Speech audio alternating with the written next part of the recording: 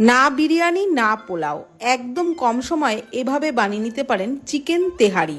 বিরিয়ানি পোলাও বানিয়ে বাড়িতে যতটা প্রশংসা পেয়েছেন তার থেকে কিন্তু এটা বানিয়ে প্রশংসা অনেক বেশি পাবেন, এটুকু গ্যারান্টি দিয়ে বলতে পারি।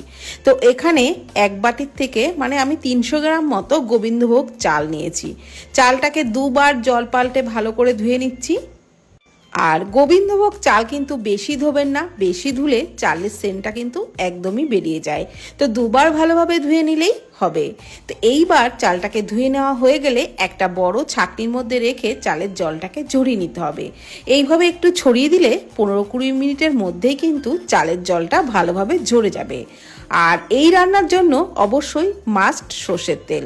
5-6 টেবিল চামচ মতন কড়াইয়ে সর্ষের তেল দিয়ে ওর মধ্যে একটু গোটা গরম মশলা, তেজপাতা ছিঁড়ে দিলাম। একটা তেজপাতাকে ছিঁড়ে দিয়েছি।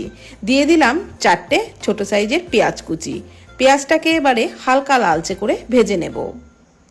রান্নার শুরুতেই চালের জলটা ঝরাতে দিয়ে চিকেনটাকে রান্না করবেন। চিকেন রান্না হতে হতে কিন্তু চালের জলটা একদম ঝরে যাবে। তো দেখুন, এখানে কিন্তু পেঁয়াজ খুব বেশি লালচে করে ভাজিনি, হালকা লালচে করে ভেজে নিয়েছি। এখন আমি ওর মধ্যে দিয়ে দিলাম 4 চামচ আদা রসুন বাটা, আর দিয়ে দিচ্ছি 1 চামচের একটু কম জিরে গুঁড়ো, 1/2 চামচ মতো দিলাম কাশ্মীরি লঙ্কার গুঁড়ো, আর 1/2 চামচ দিলাম গরম মশলার গুঁড়ো। পরিমাণ মতো লবণটাও দিয়ে দিলাম। এবারে সমস্ত মশলা খুব ভালো করে কষিয়ে নেব। মশলাটা যাতে পুড়ে না যায় তার জন্য অল্প পরিমাণে একটু জল দিয়ে মশলাটাকে ভালো করে কষিয়ে নিতে হবে। এই মশলাটা যত ভালো করে কষানো হবে ততই কিন্তু চিকেনের টেস্টটা ভালো হবে। তো দেখুন, মশলা কিন্তু খুব ভালো করে কষিয়ে নেওয়া হয়ে গেছে, মশলার কালারও চেঞ্জ হয়ে গেছে, আর মশলার থেকে একেবারেই তেল ছেড়ে দিয়েছে। তো আরও একটু নাড়াচাড়া করে আরও একটু শুকনো শুকনো করে নিচ্ছি। তারপর আমি এর মধ্যে দিয়ে দেবো চিকেনটা। আর এখানে আমি 350 গ্রাম উইথ বোন চিকেন নিয়েছি। এই রেসিপির জন্য কিন্তু চিকেন ম্যারিনেট করার কোনো দরকার নেই। মশলা ভালোভাবে কষিয়ে নেওয়ার পরই চিকেনটা দিয়ে দিতে হবে।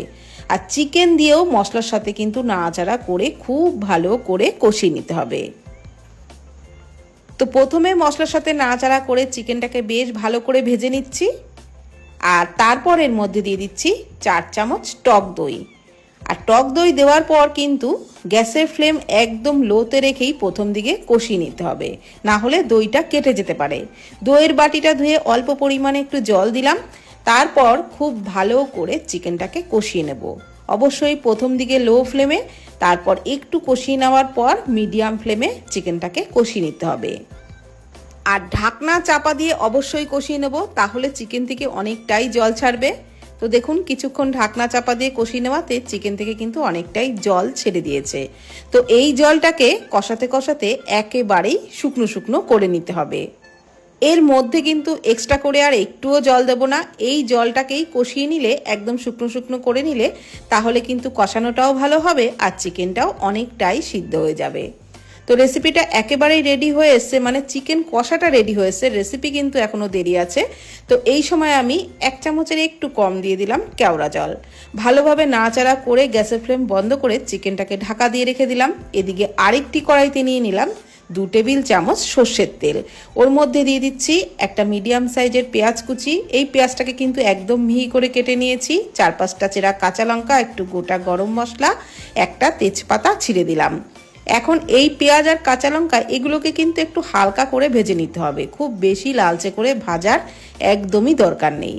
হালকা করে ভেজে নেওয়া হয়ে গেলে যে চালটা জল ঝরাতে দিয়েছিলাম সেটাকে দিয়ে দিলাম। চালের জলটা কিন্তু খুব ভালো করেই ঝরিয়ে নিতে হবে। আর তারপর চালটাকে পেঁয়াজের সাথে নাড়াচাড়া করে 3-4 মিনিট মতন কিন্তু ভেজে নিতে হবে, তবে রেসিপির স্বাদটা দারুণ লাগবে। তো বন্ধুরা, এই রেসিপিতে যেহেতু গোবিন্দভোগ চাল ব্যবহার করেছি, তো রেসিপিটা তৈরি করতে কিন্তু একদমই সময় বেশি লাগে না। কম সময়ে দারুণ সুস্বাদু রেসিপি তৈরি করা যায়। চালটাকে ভেজে নেওয়ার পর দিয়ে দিলাম 1 বাটি দুধ আর 2 বাটি জল, অবশ্যই উষ্ণ গরম জল। দুধটাকেও উষ্ণ গরম দিয়েছি, জলটাও কিন্তু উষ্ণ গরমই ব্যবহার করেছি। এবারে চালের সাথে ভালোভাবে নাড়াচাড়া করে নিলাম। তারপর পরিমাণ মতো লবণ, 1 চামচের একটু কম চিনি দিয়ে দিলাম। আপনারা চাইলে শুধু দুধ দিয়েও কিন্তু রান্নাটা করতে পারেন, তবে দুধ আর জল মিশিয়ে করলে এই রাইসটা কিন্তু দারুণ ঝরঝরে হয়। তো এইবার ঢাকনা চাপা দিয়ে মিডিয়াম টু লো ফ্লেমে রান্নাটা কিছুক্ষণ করে নিয়েছি। এখন দেখুন চালটা কিন্তু পুরো ঝরঝরে হয়নি, এখনও একটু জলভাব আছে। তো এই অবস্থাতেই আমি ওই চিকেন কষাটা যেটা আগে থেকে রেডি করে রেখেছিলাম সেটাকে দিয়ে দিলাম। আর এই চিকেনটা দিয়েও রাইসের সাথে নাড়াচাড়া করে একটু কিন্তু ভেজে নিতে হবে। অবশ্যই এই সময়টা গ্যাসের ফ্লেম লোতেই রেখেছি, লোতে রেখেই নাড়াচাড়া করে একটু ভেজে নেব। আর খেয়াল রাখবেন যেন ভাতগুলো ভেঙে না যায়, ভাতগুলো একটু হালকা হাতে নাড়াচাড়া করে দিতে হবে চিকেনের সাথে। তারপর লো ফ্লেমে ঢাকনা চাপা দিয়ে আরও 3-4 মিনিট মতন রান্নাটা কিন্তু করে নিতে হবে। চিকেন অলরেডি সিদ্ধ হয়েই আছে, তাও ভাতের সাথে একটু রান্না করে নিলে তাহলে রাইসটা খেতে দারুণ লাগবে। তো সবশেষে নামানোর আগে 1 চামচ মতো দিয়ে দিলাম কেওড়া জল, নাড়াচাড়া করে মিশিয়ে নিলাম। আর তারপর এর মধ্যে দিয়ে দেবো 1 টেবিল চামচ ঘি। ভালোভাবে নাড়াচাড়া করে মিশিয়ে নিলেই আমাদের দারুণ সুস্বাদু চিকেন তেহারি কিন্তু রেডি হয়ে যাবে। তো এটা বাংলাদেশের একটা জনপ্রিয় রেসিপি, অনেকেই বানিয়ে থাকেন, তবে আমি কিভাবে বানাই সেটাই শেয়ার করলাম। তো চিকেন তেহারি কিন্তু এখন একদম রেডি, আর এর সাথে খাওয়ার জন্য কিছুই লাগে না, একটু স্যালাড থাকলেই যথেষ্ট। তাহলে যে কোনো দিন বানিয়ে নিন এইভাবে চিকেন তেহারি, খেতে দারুণ লাগবে। আর ভিডিওটি ভালো লাগলে প্লিজ কমেন্ট করবেন। ধন্যবাদ।